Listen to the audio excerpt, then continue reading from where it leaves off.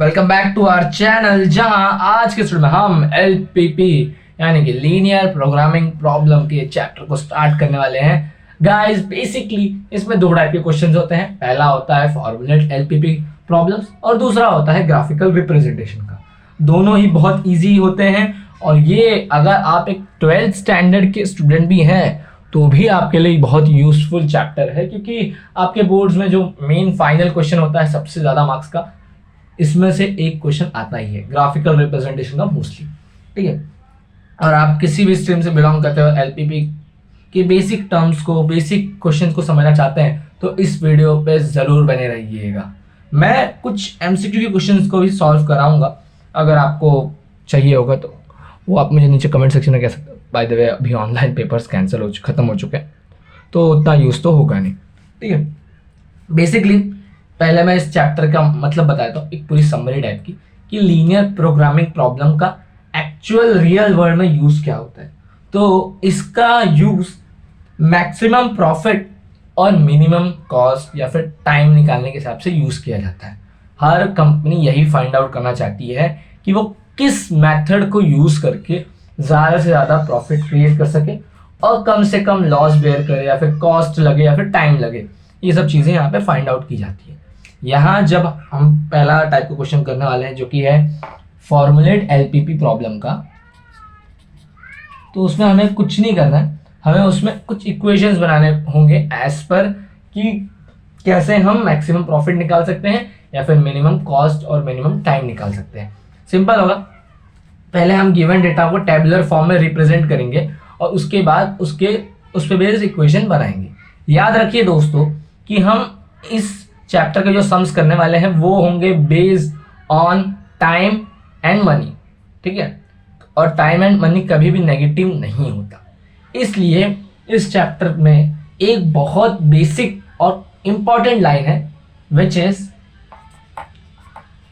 x is equal or greater than 0 and y is also equal or greater than 0।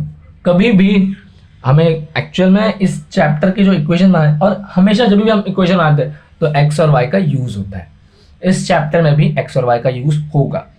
और ये line show करती है कि कभी भी x और y की जो भी वैल्यू हम फाइंड आउट करेंगे वो या तो 0 होगी या तो 0 से बड़ी होगी, क्योंकि टाइम और कॉस्ट कभी भी नेगेटिव में नहीं होता। इस चीज़ को आप याद रखिए, या फिर इस लाइन को एक बार रट लीजिए। ये जब हम इक्वेशन आगे बनाएंगे और क्वेश्चन हम लोग धीरे धीरे सॉल्व करेंगे तो आपको और अच्छे समझिएगा। ठीक है, बिना किसी देरी के हम क्वेश्चंस की ओर जाते हैं ताकि क्वेश्चन आपको समझना अच्छे से शुरू हो जाए। ठीक है, तो पहला क्वेश्चन आपके लिए, two different kinds of food A and B are being considered to form a weekly diet. The minimum weekly requirement of fats, carbohydrates and protein are 16, 25, 15 units respectively.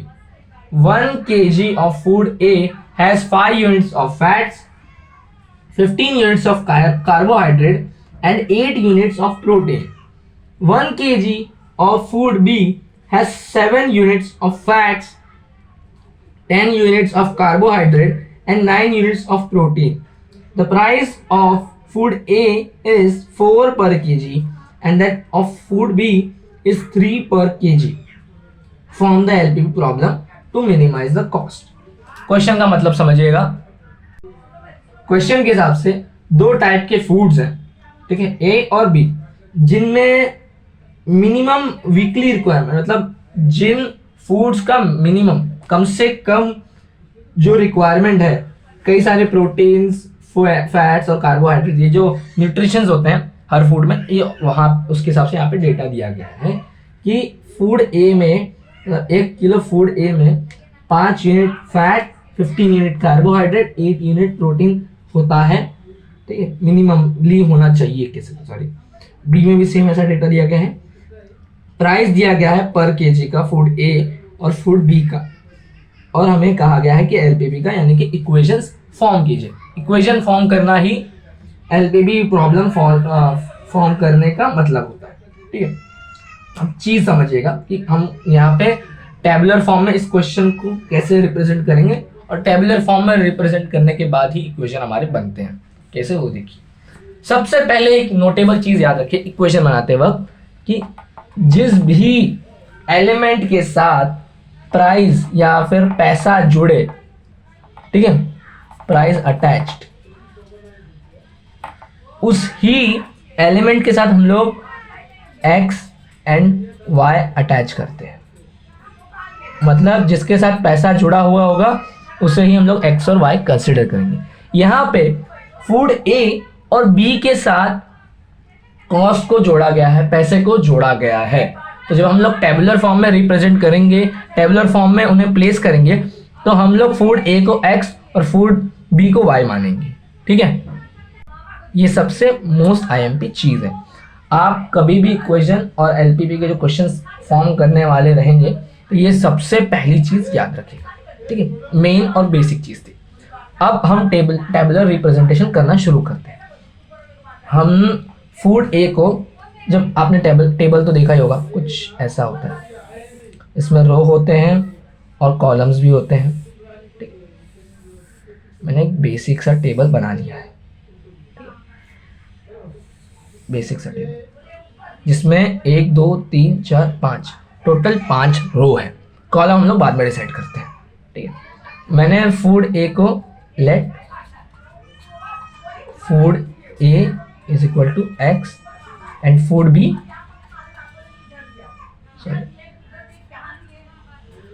Is equal to y. ठीक है, तो हम इस table में food A को bracket में x लिखते हैं, ये फूड ए का कॉलम है, और फूड बी को वाई मानते हैं, ये फूड वाई का कॉलम बना दिया। ठीक है, अभी जिन चीज़ों को हमने एक्स और वाई माना है, हमेशा टेबल फॉर्म करते वक्त उन्हें हम कॉलम का सब हेडिंग लिखते हैं। ठीक है, यहाँ पे मैंने लिख दिया। अब इन दोनों चीज़ों के अंदर क्या क्या डेटा दिया गया क्वेश्चन में, इन दोनों चीज़ों के साथ जो जुड़ा हुआ डेटा है वो है फैट, कार्बोहाइड्रेट और प्रोटीन का। ठीक है, हमें बताया गया था कि फूड ए में सो एंड सो मात्रा में प्रोटीन है, कार्बोहाइड्रेट है, फैट है। तो जो डेटा हमें इन दोनों फूड ए और बी के अलावा मिला है, जिनका न्यूमेरिकल नंबर हमें मिला गया है, उन्हें हम लोग रो में लिखते हैं, जैसे कि फैट, कार्बोहाइड्रेट और लास्ट में प्रोटीन। ये सारी चीज़ें हमने डिसाइड कर ली कि हमारा जो कॉलम का सब हेडिंग होना चाहिए वो क्या है, रो के सब हेडिंग्स होने चाहिए वो क्या है। ठीक है, ये सब कुछ लिखा है। जो बचे हुए कॉलम और रो हैं उनका क्या यूज़ होने वाला है ये आपको बाद में बताता हूँ। ठीक है, अभी जो डेटा दिया गया उसे आप इस टेबल में उतार लीजिए कि फूड ए में, याद रखिएगा, लेट 1 kg मान लेते हैं, 1 kg लिखे ना लिखे चलेगा। 1 kg of food A x, 1 kg of food B y. ठीक है, फूड ए में, 1 kg फूड ए में जो फैट्स है वो है 5 या फिर मिनिमम 5 होने चाहिए, कार्बोहाइड्रेट है वो है 15 और जो प्रोटीन है वो है 8। जो हमने क्वेश्चन में देखा था उसी चीज़ को मैंने यहाँ पे टेबल में बड़े आसानी से उतार दिया। सेम चीज़ बी के साथ कीजिएगा कि बी में 7 यूनिट्स फैट है, 10 यूनिट्स कार्बोहाइड्रेट है और 9 यूनिट्स प्रोटीन है। ठीक है, लेकिन यहाँ पे हमें कहा गया है कि ये तो डेटा है फूड ए और फूड बी के हिसाब से कि फूड ए में मिनिमम 5 यूनिट फैट होना चाहिए, 15 यूनिट्स कार्बोहाइड्रेट होना चाहिए और 8 यूनिट्स प्रोटीन होना चाहिए। बट हमें यहाँ पे एक और डेटा दिया गया है पहली लाइन में, जो कि है minimum weekly requirement of fats, carbohydrate and protein are 16, 25 and 15 units.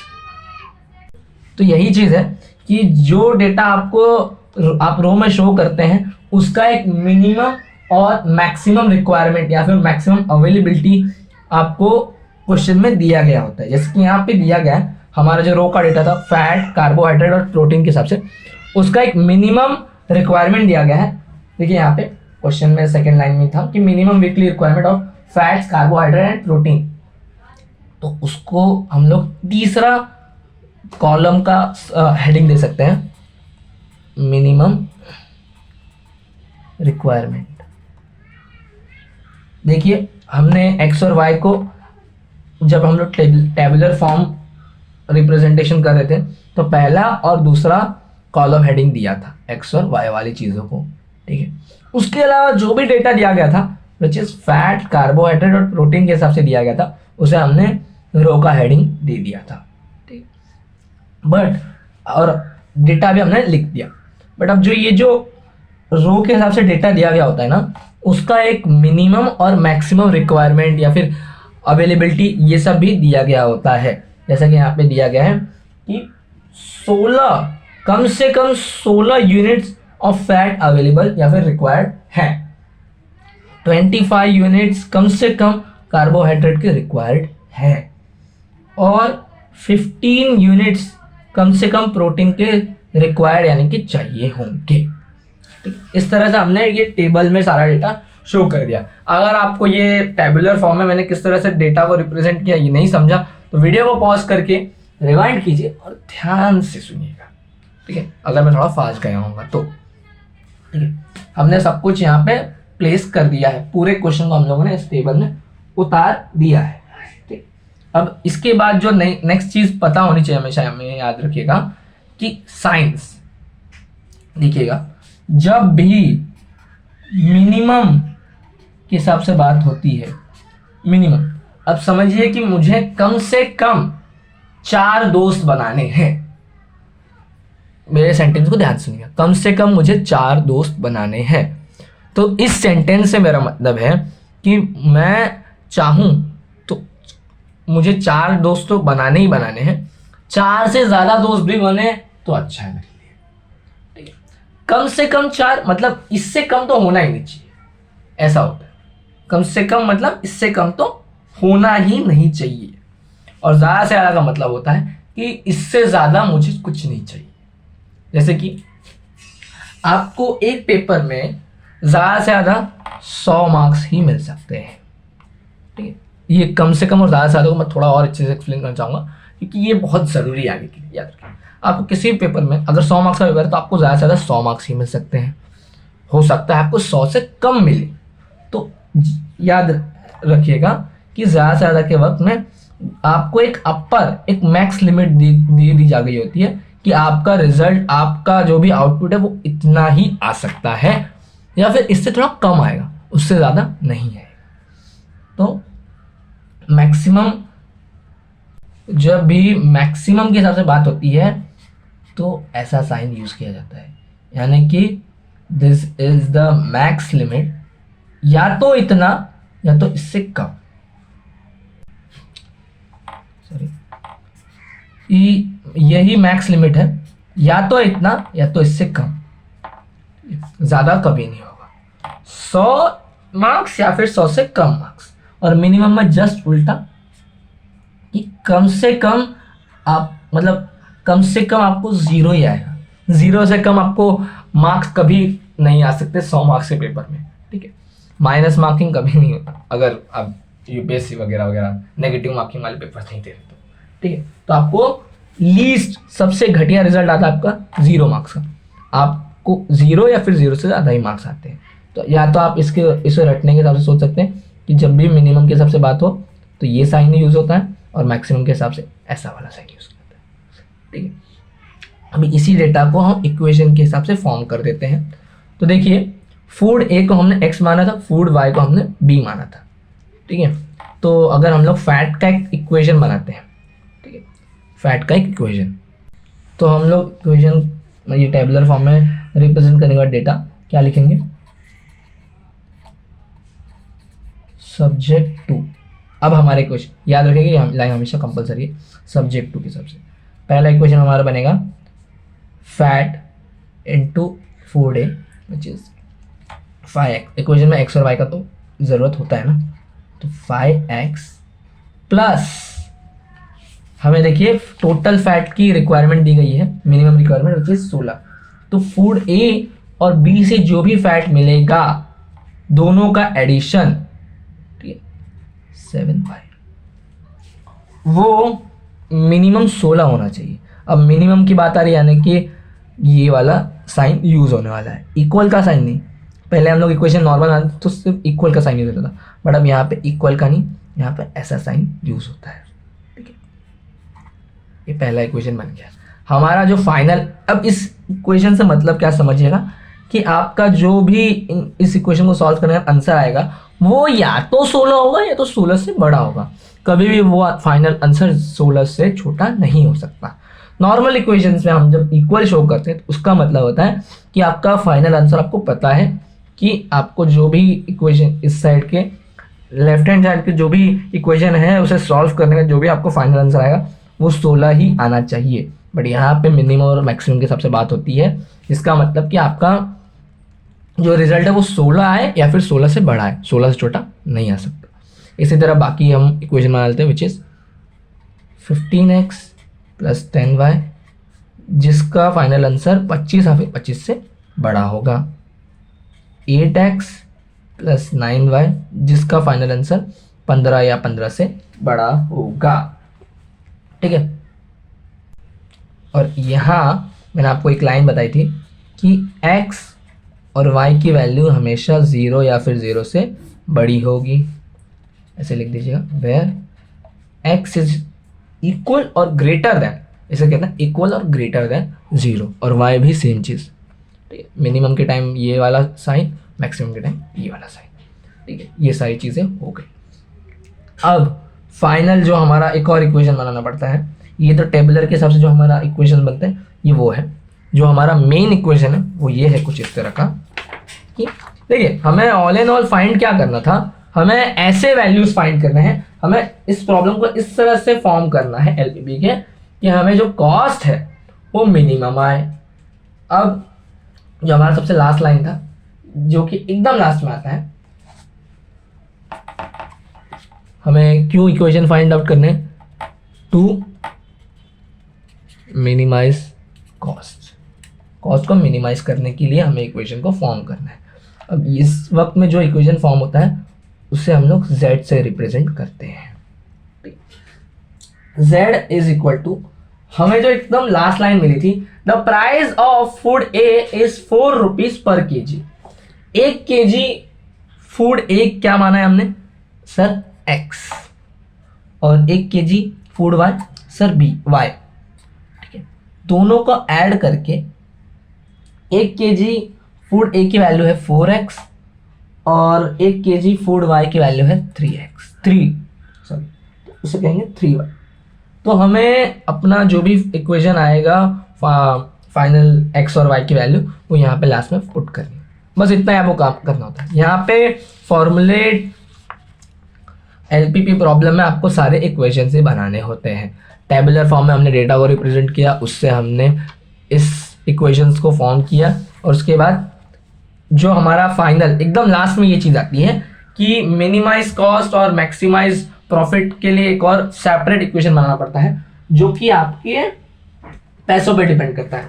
आपने जिस एलिमेंट को x माना है और जिस एलिमेंट को y माना है उसके साथ जो पैसा जुड़ा होगा उसे हम लोग आगे रख के एक नॉर्मल इक्वेशन बना देते हैं। ये चीज़ एक शॉर्टकट एक जुगाड़ू टाइप की मैंने चीज़ आपको समझाई है। अगर आपको समझिए तो अच्छी बात है, अदरवाइज आप इसे रट सकते हैं कि पहली बात तो हमें पता है पैसा जिसके साथ जुड़ा है उससे हमने x माना और दूसरी चीज़ को y माना, उसके हिसाब से हमने ये इक्वेशन पुट कर दिया। That's all. क्वेश्चन जो आपके फॉर्मुलेट एलपीपी के होते हैं वो इसी तरह के होते हैं। हम कुछ और सम्स को ट्राई करते हैं ताकि आपको फॉर्मुलेट एलपीपी और अच्छे से समझे। अभी नेक्स्ट सम जो है वो भी आपके लिए पढ़ देता हूँ मैं, सेम टू सेम है, याद रखिएगा। पिछले चीज़ों को जो मैंने पॉइंट बताया उन्हें भी आप कंसिडर करके चलते रहिएगा।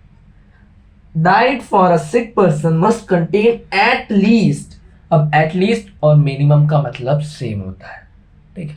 एट मोस्ट और मैक्सिमम का मतलब भी सेम होता है, ठीक है। At least 4000 units of vitamin, 50 units of mineral and 1500 calories to food A F1 and F2 cost 50 and 75 per unit respectively.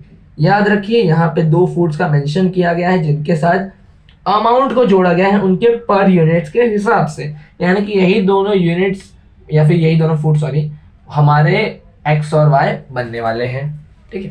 पिछले क्वेश्चन में भी फूड का चीज़ था, यहाँ भी फूड की चीज़ है। ठीक है, आगे पढ़ता हूँ। Each unit of food F1 contains 200 units of vitamin, 1 unit of mineral, 40 units calories. पिछले क्वेश्चन में भी सेम आपको यहाँ पे कैलोरीज, फैट, कार्बोहाइड्रेट, प्रोटीन के हिसाब से डेटा दिया गया था। डिक्टो पिछले ही क्वेश्चंस की चीजों को यहाँ पे रिपीट किया गया है, ठीक है। Whereas each unit of food F2 contains 100 units of vitamin, 2 units of mineral, 30 calories. Formulate above problem as LPP to satisfy sick person's requirement at minimum cost. डिक्टो पिछले क्वेश्चन के ही सभी चीजों को आपको फॉलो करना है, बस डेटा चेंज हो जाएगा। फूड ए की जगह F1 आ गया, फूड बी की जगह F2 आ गया, फैट कैलोरी, फैट कार्बोहाइड्रेट और प्रोटीन की जगह यहाँ पे विटामिन, मिनरल और कैलोरीज आ गए, ठीक है। उसी चीज को आप चाहे तो सेम टू सेम स्टेप्स को फॉलो करके एक तरह से कॉपी करके भी आप डेटा को चेंज करके इस क्वेश्चन को सॉल्व कर सकते हैं। क्योंकि ये क्वेश्चन डिक्टो सेम है इसलिए मैं इसे नहीं करूंगा, इसे मैं आप पे छोड़ता हूँ। आप प्लीज इसे जरूर खुद से ट्राई कीजिए और मुझे इसका जवाब मैं हमारे टेलीग्राम चैनल पे जरूर दीजिए, ठीक है। मैं कोई और मैक्सिमम के हिसाब से क्वेश्चन सॉल्व करता हूँ, ठीक है, आपके लिए। Let's have a look. तो अब एक मैक्सिमम क्वेश्चन है, मिनिमम का नहीं कराऊंगा क्योंकि ऑलरेडी करा चुका हूँ, ठीक है।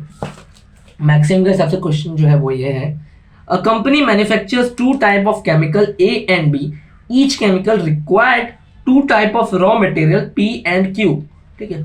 The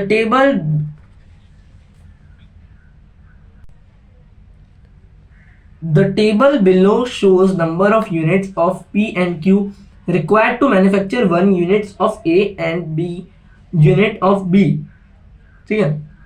डेटा दिया गया है यहाँ पे टेबुलर फॉर्म में डेटा दिया गया है।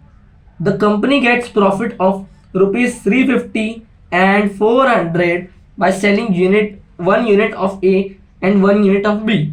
Formulate problem LPP to maximize the profit, ठीक है। तो अब यहाँ पे आपको जो जिन चीज़ों के साथ पैसा जॉइंट है उससे आपको एक्स और वाई मानना है। ये चीज़ मैंने ऑलरेडी आपको बता रखी है, तो ठीक है।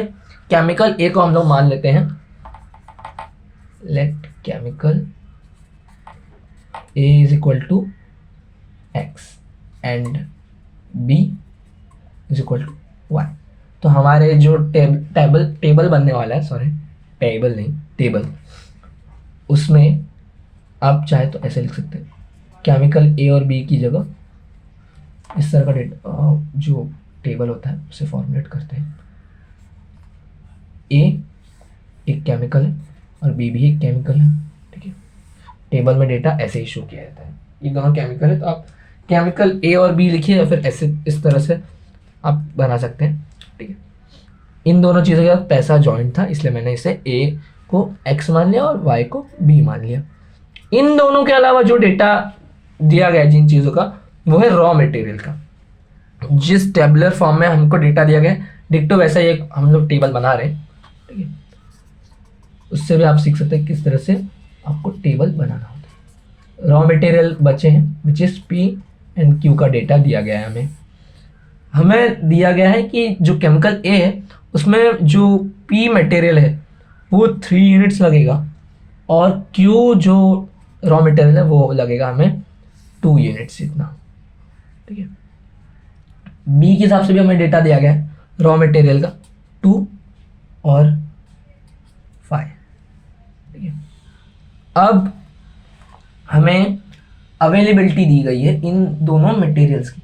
अब याद रखें यहाँ पे हमें मैक्सिमम और मिनिमम के हिसाब से कुछ भी नहीं बताया गया था, तो हमें यहाँ पे खुद से सोचना पड़ेगा कि ये जो अवेलेबिलिटी लिखी है ये मैक्सिमम के हिसाब से दी गई है या मिनिमम के हिसाब से।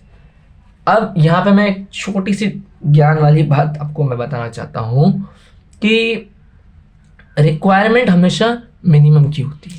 मतलब आपको अगर ज़्यादा ज़रूरत हमेशा कम से कम की होती है कि इतना भी मिल गया तो बहुत है मेरे लिए, लेकिन अवेलेबिलिटी हमेशा मैक्सिमम होती है। मतलब हमारे पास सिर्फ 100 ही स्टूडेंट जितनी सीट्स बाकी है, ठीक है, तो कहते हैं कि 100 सीट्स अवेलेबल है, रिक्वायर्ड ऐसा नहीं कहते, कहते 100 सीट्स अवेलेबल है। अगर 100 में से आप समझिए कि 90 लोगों का एडमिशन हो गया, तो वो क्या कहते हैं कि 90 लोगों का एडमिशन हो चुका, 10 लोगों की रिक्वायरमेंट है, 10 लोगों की ज़रूरत है कि 10 लोग मिल जाए, ठीक है। तो अवेलेबिलिटी हमेशा मैक्सिमम की होती है और रिक्वायरमेंट हमेशा मिनिमम के हिसाब से होता है। तो इसलिए हम यहाँ पे लिखेंगे मैक्सिमम अवेलेबिलिटी, ठीक है, जिसका डेटा हमें दिया गया 120 और 160 के हिसाब से। अब आप चाहे तो पहले इक्वेशन इस टेबल के हिसाब से भी लिख सकते हैं। मैंने पिछले क्वेश्चन में आपको बताया था कि हम जो कॉस्ट और पैसे के हिसाब से वाला इक्वेशन है वो एकदम लास्ट में लिखते हैं, क्योंकि हमारे पास ऑलरेडी टेबल है, टेबल को देख के जो इक्वेशन बन सकते हैं हम उन्हें पहले बना देते हैं। तो सब्जेक्ट टू जो इक्वेशन हमारे बनने चाहिए, पहला इक्वेशन एक्स और वाई के हिसाब से 3x + 2y, मैक्सिमम अवेलेबिलिटी के हिसाब से ये वाला साइन यूज होता है 120, और दूसरा वाला 2x + 5y, maximum availability 160, where x and y की वैल्यू क्या होगी, हमेशा 0 या 0 से ज़्यादा, ठीक है। ये इक्वेशन हमने टेबल के डेटा से बना दिया। अब हमें अल्टीमेट x और y की वैल्यू क्यों फाइंड आउट करनी है, ताकि हम मैक्सिमम जो प्रॉफिट है वो निकाल सके। सो टू मैक्सिमम प्रॉफिट या फिर फॉर मैक्सिमम प्रॉफिट z के हिसाब से इक्वेशन बनेगा, विच इज, देखिए हमने a को माना था x और a पे पर यूनिट 350 रुपीज़ का प्रॉफिट मिलता है, ठीक है। तो जितना यूनिट्स हमारा x का केमिकल a का सेल होगा कह सकते हैं आप, उतना मल्टीप्लाई बाय 350, यानी कि एक यूनिट का अमाउंट प्लस y जिसको बेचने में आपको पर यूनिट 400 रुपीज़ का प्रॉफिट होता है। इस हिसाब से हमने ये जो प्रॉफिट निकालने का इक्वेशन है ये बना दिया है, ठीक है। होप सो कि आपको ये समझ गया होगा ये सारा डेटा किस तरह से इक्वेशन बनाते हैं और हाउ टू फॉर्मुलेट एलपीपी के क्वेश्चंस। अगर आपको ये वीडियो पसंद आया तो प्लीज़ वीडियो को लाइक करें, कमेंट करें और शेयर ज़रूर करें।